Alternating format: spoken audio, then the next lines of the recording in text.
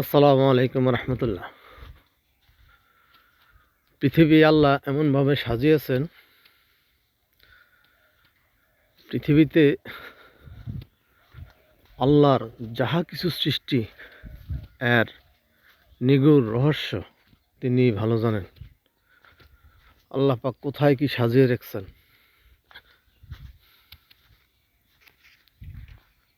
এ যেন কানায় কানায় পরিপূর্ণ মালিকের সৃষ্টি দেখলেই মন মুগ্ধ হয়ে যায়। আর আল্লাহ এজন্যই বলেছেন যে তোমরা আমার সৃষ্টিকে দেখো যে আমার সৃষ্টি জগতের ভিতরে কোনো খুঁত আছে কিনা। শেষে বলেছেন তোমার দুটি চোখ ক্লান্ত হয়ে তোমার দিকে ফিরে আসবে, কিন্তু তুমি কোনো খুঁত খুঁজে পাবে না। আল্লাহর কথাই চিরন্তন সত্য।